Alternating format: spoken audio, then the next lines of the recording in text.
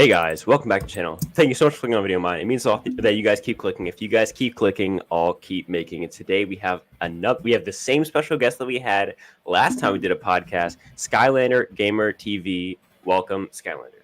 Thank you for having me back. I'm excited to talk about some stuff that Survivor 41 should leave behind in the past of Survivor, and some things that we should keep or maybe bring back. As I think a couple things I think Survivor should bring back on my list. Yeah. You introduced it. I was gonna introduce it, but you took my thunder. That yeah. So what we're gonna do, guys, is we're gonna give 3 things that we think Survivor 41 should keep and or add more depending on the thing, and 3 things that we think Survivor should throw in the trash, never come back. I don't want to ever see it again, or at least not for 41, definitely. And so it's gonna be interesting. It's gonna be 12 in total. So I'd say it's probably gonna go an hour. So. Get your popcorn. I don't know, whatever. If you're silly enough to listen to us talk for an hour, then you're probably silly enough to watch a lot of seasons of Survivor. So let's get into it. Yep, let's do it. Bring back the auction. I like that. Yeah. Okay. All right. So you want to go first? Do I go first? Yeah. I actually do want to go first, and Okay. I think we should start with Leave Behind so that we can end on a good note with more. Definitely. Okay. So.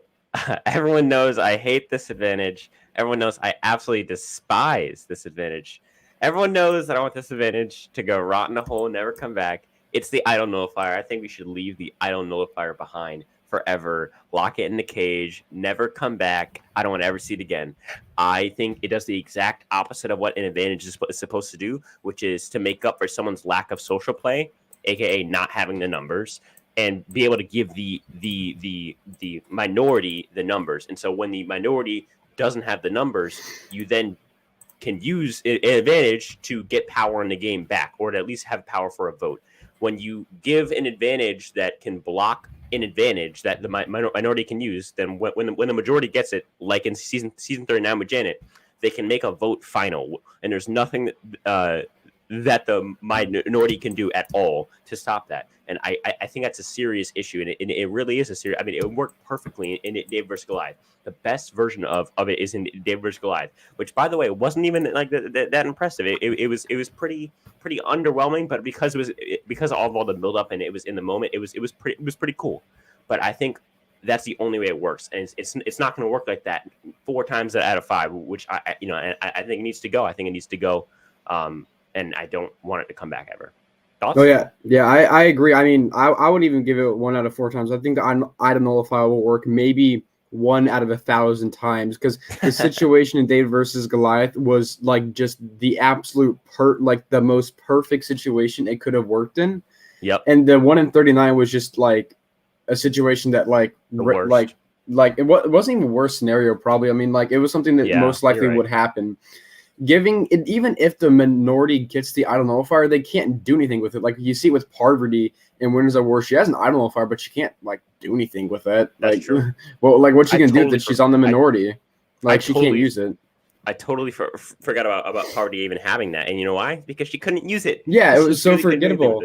Like the only way it would work is the way it would work in David vs. Goliath. And I mean, if the majority gets it, it's the exact opposite thing of what I have no idea what production was thinking. I mean, I guess they were thinking like, oh, if we get this minority, this could help somehow. But if the majority gets it, it makes it so boring and so. You know what it is that okay? So that Ghost Allen didn't filmed before HHH aired, but. Mm-hmm. Dave vs. Goliath was the first season filmed after HHH aired, and because it happened in HHH with Ben bombing his way to the end, I think production said, "Okay, well, we'll just do the opposite. We're just like this can like get rid of it." Like that's so stupid. That's like, but that's their thought process. That's probably my guess for what happened is after 35 aired, they went out to film 37 directly after. And because of that, they were like, "Oh, well, maybe we'll just do the opposite. We'll give them I don't know fire, guys." But it didn't work out. It just did the exact opposite. And I think that like really survivors shouldn't really listen to the online community. I think they should probably listen more to the casual fans, because that's who makes up most of Survivor casual fans. Like, don't listen to the Survivor Reddit whenever you do. Like, don't take their opinion on it. But yeah, I don't know if fire is something they should 100% just leave behind. Like, lock it and eat the key, or like just never see it again. And I think they get that though. I think Survivor gets that though, especially after 39. That people don't want to see this, and they're probably never going to use it again because they'll know what happens if they use it. People will not be happy. If they use it again and they like get the same problem back, it is all their fault. It's all their fault. 100%. They saw it good in Dave vs. Goliath. They saw it bad in 39, like bad. Like your entire fan favorite goes out at 5 only because, and she's in the minority as well. It's not even like Janet got like banned or like she was in the majority. No. But then and then you saw it not do anything in season 40. I don't know how in the world they would bring it back. It'd be an absolute travesty if they did. Yeah, yeah. And it was so forgettable anyway. All right, so my first one is kind of on the same note as the idol nullifier, but I don't think it is nearly as worse. I think Survivor should leave behind the 50-50 like immunity token that Michelle got from Winners at War. I think it's probably one of the most useless. Yeah, bring back the auction. I think it's one of the most useless advantages ever because the advantage should be clear cut and saw like you get this cool, but the 50 token is like, oh, you might get immunity, but you might not, and you have to play it at tribal where everyone sees you play it. I feel like an advantage should be clear cut and tell you what it's going to give you, and I don't think it should just be a 50-50 where it's like, hey, you might get immunity, but you might not. Like if that's what you're relying on, a 50-50 coin toss, that's not good. And also like the way Michelle flipped it, she flipped it like once maybe, I think. Like it's not even that good of a coin flipper. Yeah, anyway, what are your thoughts on the 50-50 token? Yeah, well, for me, I mean, one, it's just silly. I mean, it seems pretty weak. But then on top of my real issue with it is that if someone really wanted to, they could probably practice tossing it and be able to get it to land on safe, which is a real issue for me, or a serious issue. And so, then it makes it almost as powerful as an idol, and then but it's not as powerful as an idol. But it's like is it or is it not? Like that's your issue is now you have a power imbalance as far as what it's supposed to be valued at and what it actually is. If someone can learn how to break that. Break that system and somehow learn how to flip it to be right, because it's not like it's a regular coin where it has a lot like very little air resistance. That thing is like a huge block of wood. You can easily you can easily hack the challenge for it. Exactly. Yeah, I was thinking that too. Like if I had that, I would be practicing day and night, like how to make it to where I can perfectly flip the coin to where it gives me immunity no matter what. At that point, just give them an idol. Correct. I mean, it's just it seems like it can be really easily gamed, and I don't like idols. Or I'm sorry, I don't like advantages that seem like they can be easily just like rigged up to be something like something that's somebody can just break the game. Like usually you want the game not to be broken. Now sometimes when the game's broken, it's a good thing, but a lot of times it's really not. In my opinion. So 9 times out of 10, it's not good. I totally agree. Okay, what's your another thing that Survivor should leave behind? No. Now we're gonna do. We're gonna do. Add it. Okay. So now we're gonna do things that Survivor should keep or add more of. So first thing that I think that Survivor should keep or add more of is the idol hunts with multiple clues involved, like the one in season 39's finale with Tommy and Dean and the whole colorblind situation. I thought that was very fun to watch. That like made that finale what it was. I agree. I love these other idol fans. Yeah, you climb a wall, whatever. But like climb a wall, but then like you find that, and then like you have to get it under the shelter, or like climb a wall, and then you have to go out to the ocean and wait until it's nighttime, and then you have to bring someone with you. And like I like this elaborate stuff where it's not just like you don't just grab it, or you don't just dig right here. Like no, you like. Maybe you need a partner to come out with you in order to get it, and so that allows for social bonds to come in, and stuff like that. I feel like it just adds to the game, and it's able to bring another layer to the game that I think isn't there if you don't have that. Okay, I mean, yeah, I love the crazy idol hunts. I mean, the one from Kage-On was amazing. With Wu and Spencer, and everyone got in on it. And the one in On the Idols, all-time great one where Dina eventually finds it.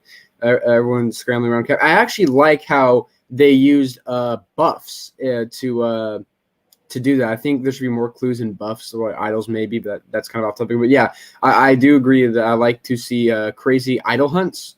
I think it's very fun. And it's really fun to see the person who actually ends up finding it, especially when like everyone's out there looking for it and Correct. it could really be anyone.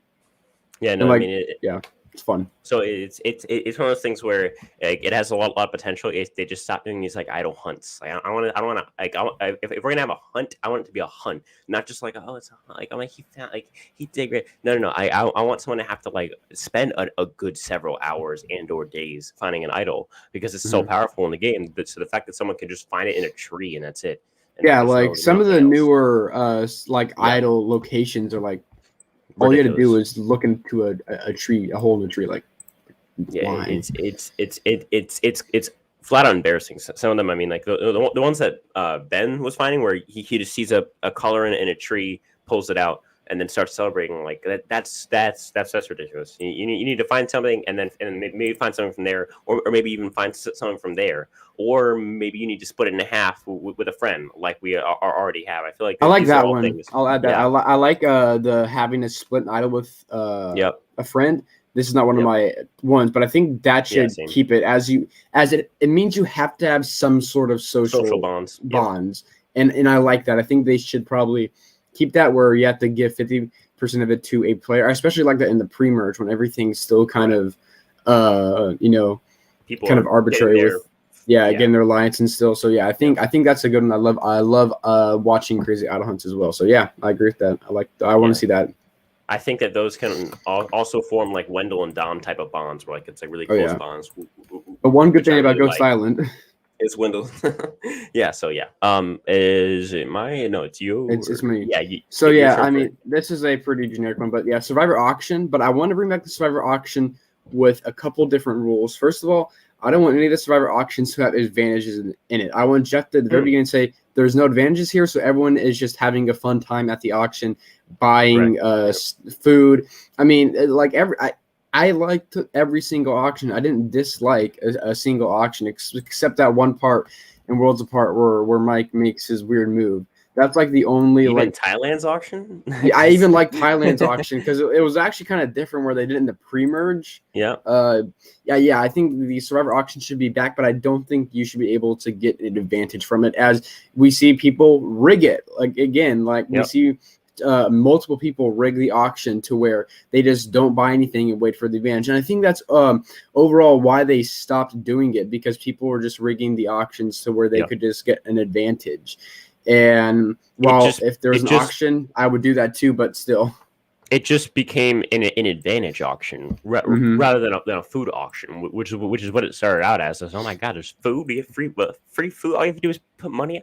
Oh my god! But now it's just become like a choose, like just like, do you want a shot at an advantage in the game? Just sit there for 30 minutes and make a whole TV. Like that's it seems like it's not it. It's not it.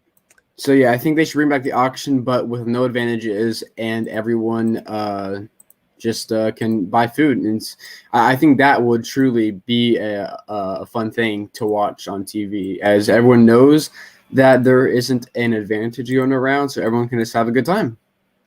I can 100% get behind that one. Now, moving on to my leave behind. This one's also kind of generic, but I think overall it's one that a lot of people can get behind, even this casuals, all the way to the most Reddit using super fans on the face of the earth. So my second one for leave behind is any re-entering mechanics. I don't like people coming into the game. Don't come to the game. You got voted out. Now I know what you're going to say. Oh well, in Edge of Extinctions, the winner and the fan favorite got voted out, and if it weren't for Edge of Extinction, blah blah blah. But yeah, but like we would have gotten a new fan favorite if it weren't for Edge of Extinction. So to use that logic is silly. And sometimes your fan favorite, gets voted out earlier. That's fine. It's the whole point. Is it gives you an emotion thrill. It gets you connected to somebody, and that's what keeps people drawn in. I think Redemption Now is a slightly better version of Edge of Extinction. Although I think it just happened in 2 really boring seasons, so that's why people didn't like it. And then it happened in Blood versus Water, and it worked fantastic, and that's why people ended up kind of coming out with a better taste in their mouth than Edge of Extinction, which is probably a worse season than Blood versus Water in most people's opinion. And so, I don't want to see Edge of Extinction. I don't want to see Redemption Valley, and I don't want to see the next version of that either. I 100% agree. I think Blood versus Water is the best iteration of a reentry mechanic, as there's actually like emotion there because it is loved ones. Correct. You know what I'm saying? Yeah. I think that's the only time where it works. And I'm going to say I like Edge of Extinction more than most people. The season, not the actual twist, but I still don't like it. I just feel like it just, I don't know, like it damages the game. Have people who go early you like that's what makes it an important vote off. So I agree. That was actually my one too. That was actually my second one too. There we go. Yeah, I think any re-entry mechanic just shouldn't be there. If you get voted out, you should be voted out. That's how the game of Survivor works, and I think they should stick with that. And I think Survivor gets that now. Even Jeff himself has said, yes, we're not doing Edge of Extinction for a while. And if I had to choose one season to have Edge of Extinction, it would have been Winners at War. I mean, obviously. You know why? Because at the final 5, like going in the finale, it was very obvious. Denise would have been 5th. It probably would have been Ben versus like Tony. Tony gets knocked out, and then we have Sarah, Ben, and who else is the other person? Nat or Michelle? Michelle? Yeah, Michelle. No, Michelle. Because Nat never comes in the game. Or we have Denise and Michelle going out, and then we just have a Tony, Sarah, and Ben final tribal again. All not Tony wins again. Yeah, again. So, but it's more interesting, I think, if Sarah's there. I guess, but again, Tony wins, which we already got, or Tony loses the Mayday scenario, the one you don't want happening. I feel like if for that specific one, it worked there because Nat added like a layer to the game while still not taking the win from Tony, which would bring the season from a top 5 season or maybe a top 10 season to a top 20 or 25 season if Natalie wants to come back from the edge. Oh yeah, that would be such a sour taste. Also, there's only one thing I guess I kind of like about Edge of Extinction is that you have to do pre-jury management, but even then that's just kind of weird. But yeah, I mean, Edge of Extinction, it hurts the people who actually, made it to the merge too much. People who actually are usually good players. I think it hurts them too much. And I agree. Yeah, the only way Tony loses, I think, is if Natalie comes back and somehow gets him out. So yeah, I agree. Edge of Extinction, one they should leave behind. And going with that, my replacement is just Island Twist in general. So like Ghost Island, Island of the Idols, Exile Island. I don't like them because you can be the best player ever, but going to one of these islands hurts your game because they're gonna think he has an advantage or he got something. Or stuff like that, where even like you see with Vince, I don't think Vince actually goes home third if he doesn't go to Island of the Idols. True. There's a lot of things that can happen to a good player if they are forced to go to the island, because usually it isn't actually them who choose to go to the island. It's usually the other tribe or a draw. So I think Survivor should leave behind island twists. I think if they had to keep one, I guess Exile Island is the best one, as most of the time they don't get advantage there. There's just an idol there, but there's an idol every single camp. I disagree, actually. So, I disagree. What's your favorite island? I think in theory, Island of the Idols is the best island. I think in theory because it fixes all the problems with Ghost Island in the fact that there's no like you don't get to play thing, which is the dumbest. That was dumb. That was so dumb. And then like there's no like kind of silly like gimmied up type of games, and I think the games are more interesting with the fire and with the whole this and that, and so I feel like that's more entertaining. But obviously, it's not recreatable every season without being no. Like you have to have like Boston Rob and Sandra come back, or like imagine like every Ethan season. And Parvati, or like Ethan and Parvati, like get them, or like Tony just by himself on the island looking for llamas. just being Tony. Yeah, I mean, I guess too, but like. That. I think Island of the Idols is a one-time twist. I don't see them bringing them back. Just how Ghost Island is a one-time twist. Or, I mean, I do like the Game Changers Exile Island. It was so weird. It was actually kind of funny with Debbie and Cochran. But I think they should leave Island Twist behind, as I think it can put I would be pissed off if I had to go to like some sort of island, because I'm like, oh man, this is going to hurt my game. Even if I do get an advantage or whatever, it could still massively hurt my game. Yeah, Island Twist, as we've seen in the past, Terry was very well ingratiated within his tribe. Yule was very well ingratiated within his tribe, and so Mhm. it worked for them because they got the advantage and they weren't worried about what's going on back at camp. But someone like a Vince or like I'm trying to think of like a pre-merge boot who went to an island and just got immediately pooped on. Like yeah, you know what I mean. But like those like Vince type of characters who aren't Mhm. well ingratiated and who are like the second or third like to go can move to the Or first like a just swing by going vote to an necessary, yeah or like maybe true like a swing vote. Anyone yep that like isn't in that majority line, and even then, like if you're on the majority lines and like they have enough people to vote you out and still have the numbers, they're like, do we need yep them? They might have an advantage. But yeah, like a that's I John think like a John Cody situation, yeah, not like a because he John went Cody to an idol, situation. but because Brad's like he probably has something, and because Yeah, Brad's was so aggressive in because that season, he immediately yeah, went after because him. Candace gave him that idol clue. Yeah, I Yeah, yeah. yeah, So yeah, to go off Edge of Extinction, which is an Island Twist, I think Island Twist in general should be left behind, as I think leaving them behind does more good than bad. I can agree. All right, now we only have we have what? So we each have one lead behind and one keep left. Let's Mm-hmm. go with wait. So do we have one keep? Wait, so is it time for a We keep or is it time for a? it's time for a leave behind. We both have one keep and one leave behind left. So Actually, yeah. no. Don't we both have two keeps and one leave behind left? Well, no, I've done my 50-50 coin, and I talked about Island Twist as leave behind. We've done two leave behinds and one keep. Exactly. So Okay. it's one. What do you think they should keep in Survivor? Yeah, correct. So yeah, so for my second keep, I think that they need to keep slash amp up the out of order editing. I love that stuff. I like that. Now it can get bad depending on how overboard they go with it and how confusing they make it. But there's certain situations, and I think Edge of Extinction was perfect for this because the time was so monotonous there. The timeline didn't really matter because it was just Edge. Like it didn't matter what day it was on Edge. It didn't matter as long as we knew who got voted out last. It didn't matter like if it was the day one, day two, or day three. In between boots. And so I feel like it really worked for Edge. But I think they All right. So are you saying add flashbacks? no. Like, Well, I mean, you could do flashbacks.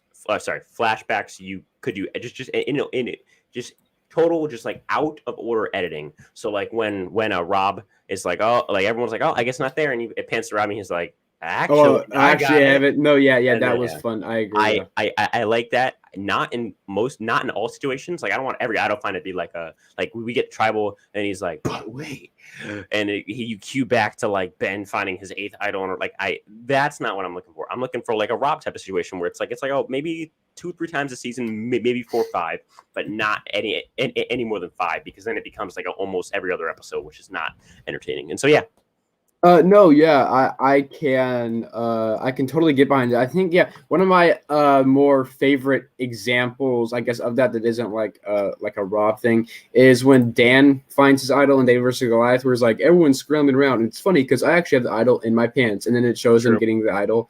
I think that's cool. The Rob one probably one of the best examples where it's like everyone like you don't think anyone has it, and Rob's like, actually, I have 3 of them, and Yeah. and then it does that.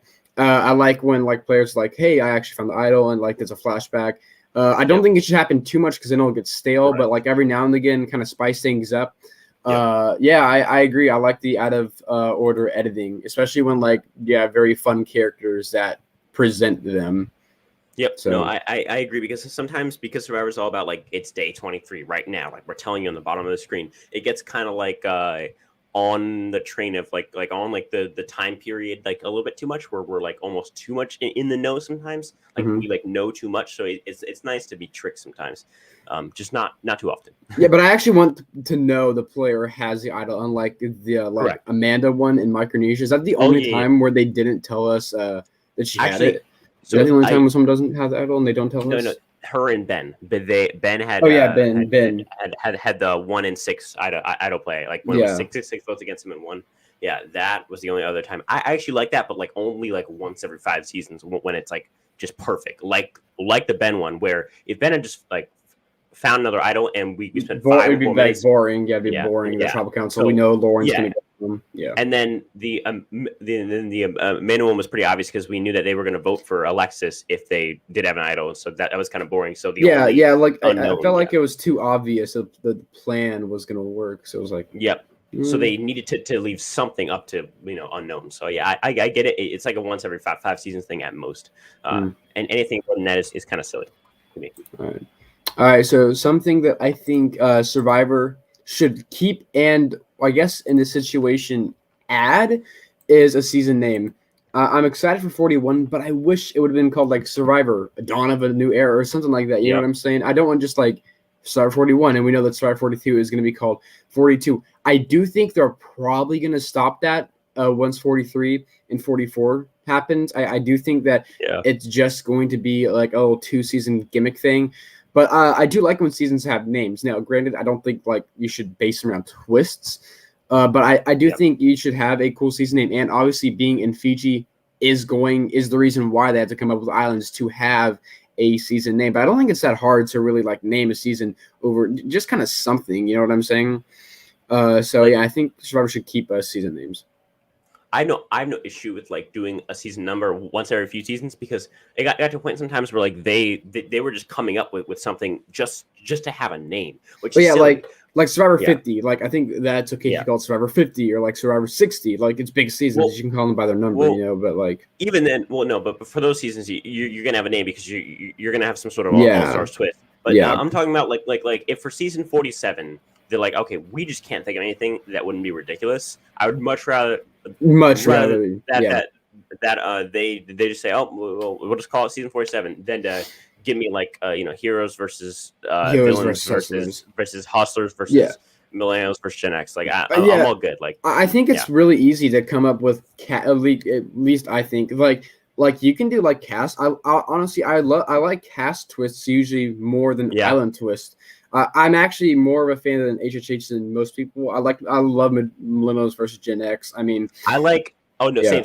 One of my favorite idol plays. It might honestly be like my most favorite aside from the Kelly Charball, Russell Blindside is the Alan Ball boot. I don't play. Absolutely fantastic. Joe is such a good character. And I mean, Alan's a great pre-merge character that I'd love to see come back. He's crazy. Yeah, but I feel like they should I think they should just do more cast twists. I like season names. I'm looking back like, season 28, that's Cagayan, or season 7, Pearl Islands, season 41, like you know what I'm saying? 41 and 48. Yeah, I get it. Yeah. So it also it's like when players from 41 come back for like a return for a second chance or any all-star season, and like under the name is just going to say 41. Season 41. Yeah, right. It's going to say 41. So, but yeah, I think seasons should have names, but I do think this might be a good thing for Survivor for these 2 brand new seasons after a year break, just to be called 41, 42, not have any weird like I don't know, the Idols or Ghost Island. I think it's just a nice refresher. Or like frontline workers versus like vaccination deniers or something. I thought they were gonna do like something like Survivor Heroes, like where it was like a bunch of like doctors and stuff who like but no, they just did 41, which I am completely okay with. Same. All right, whose turn is it? Your turn. My turn. So it's my turn for a leave behind, right? Yes.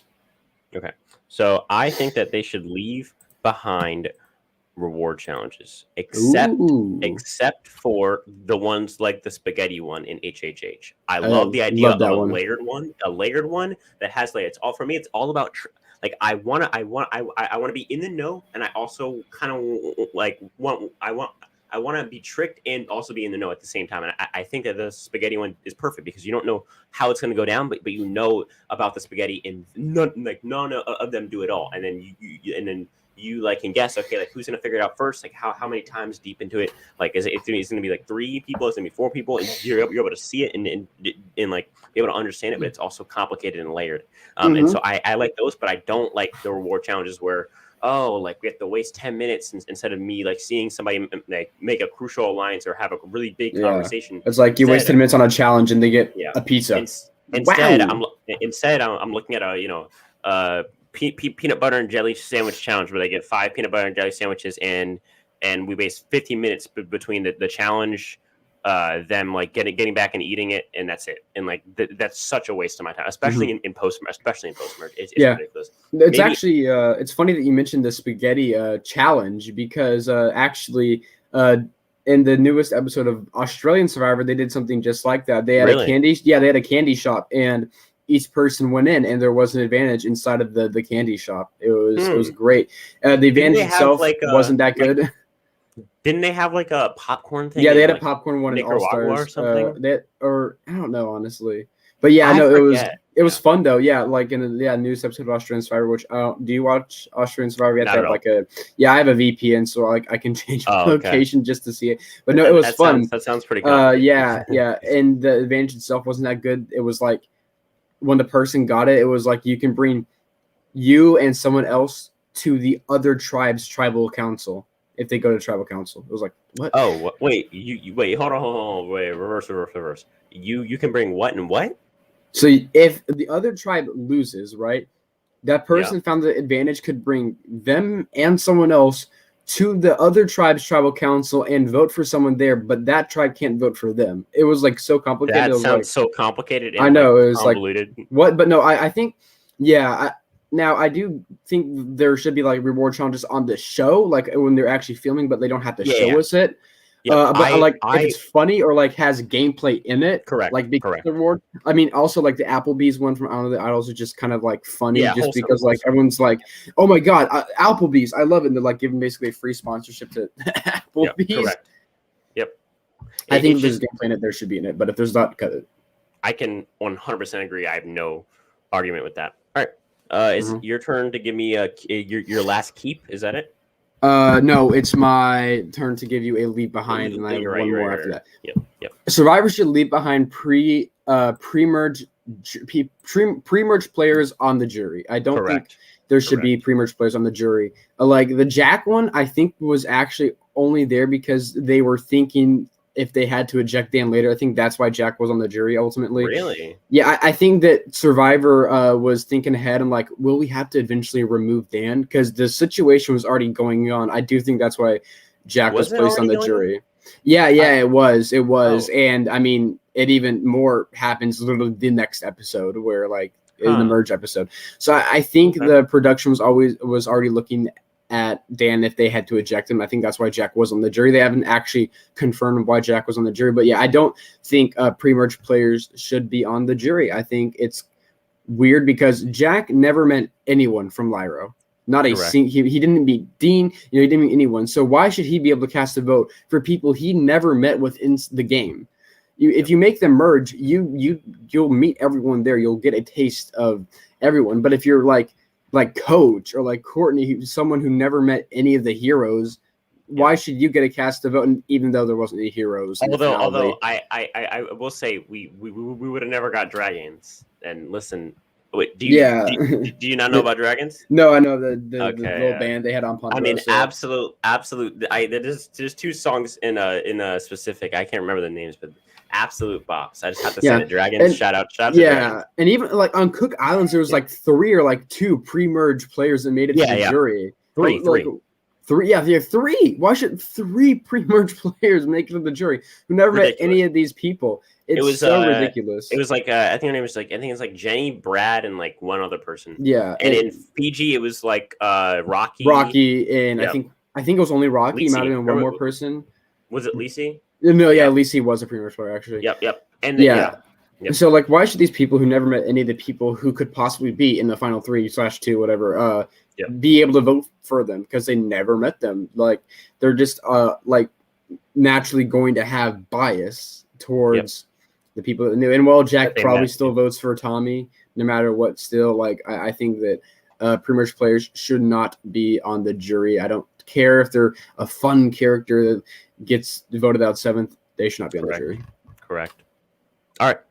We're looking for our last 2 keeps, like for in total. Like both of us have 1.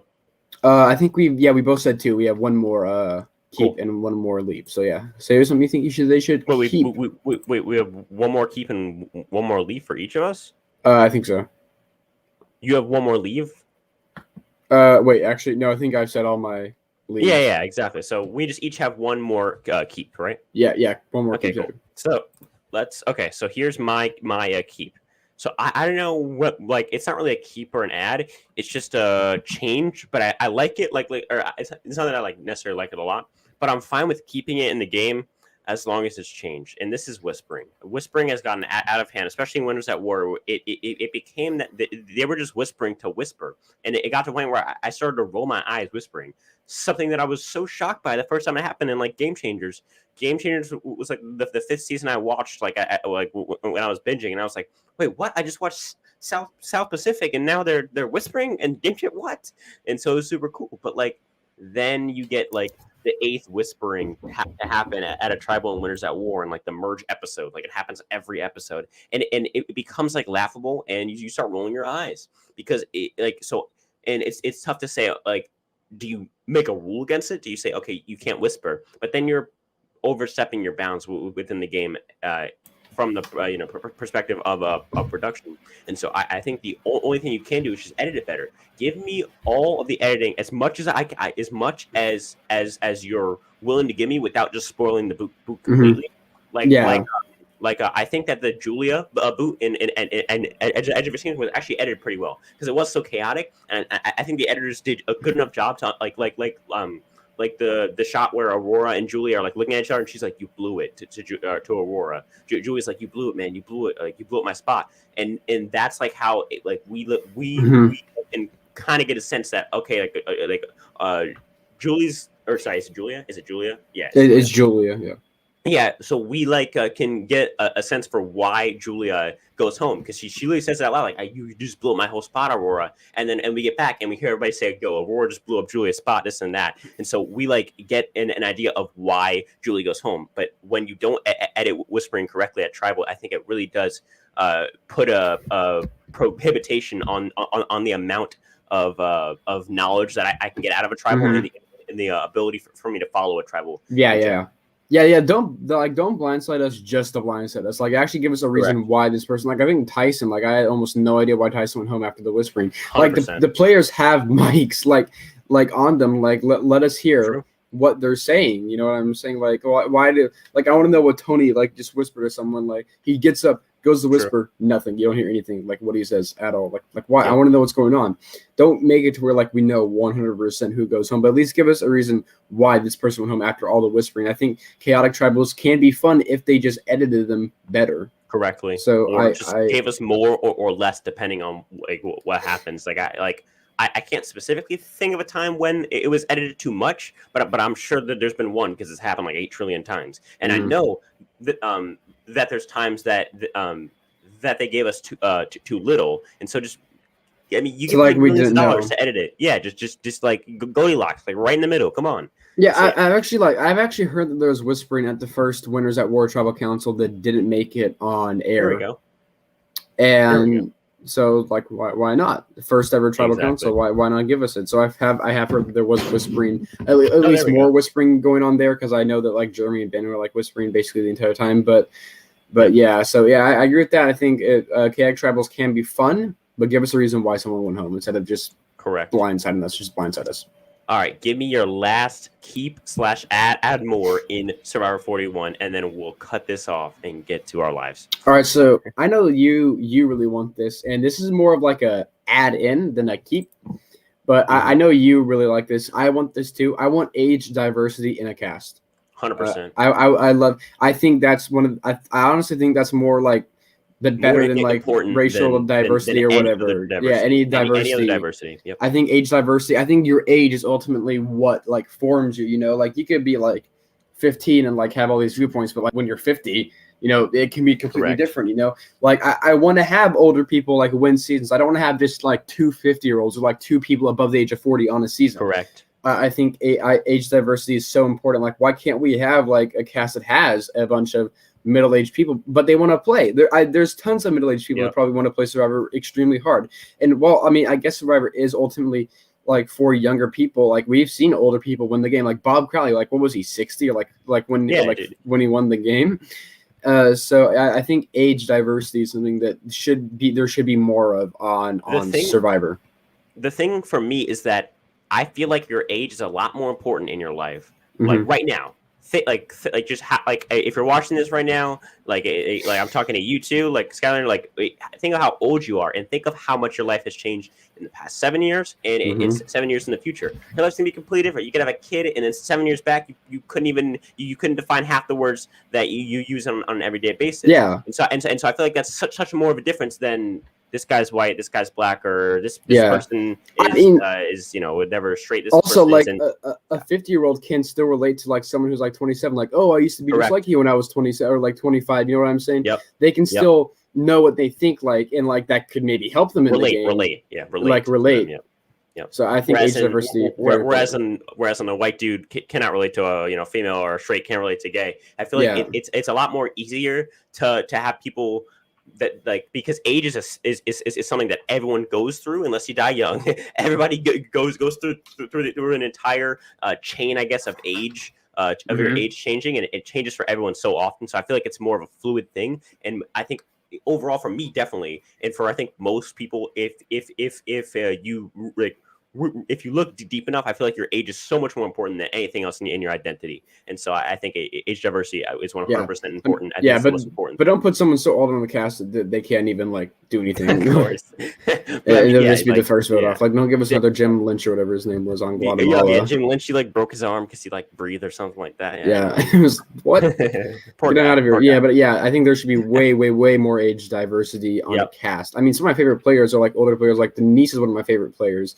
Yeah. You know, Tony is one of my favorite players. He's getting up there too. He's like 47. Yeah, he's like 50 or something. Yeah. Yeah, he's like 47 now. I mean, so yeah, I liked Lisa personally a lot. Kathy was 40 when she played. Lisa wins if Michael Skupin wasn't stupid.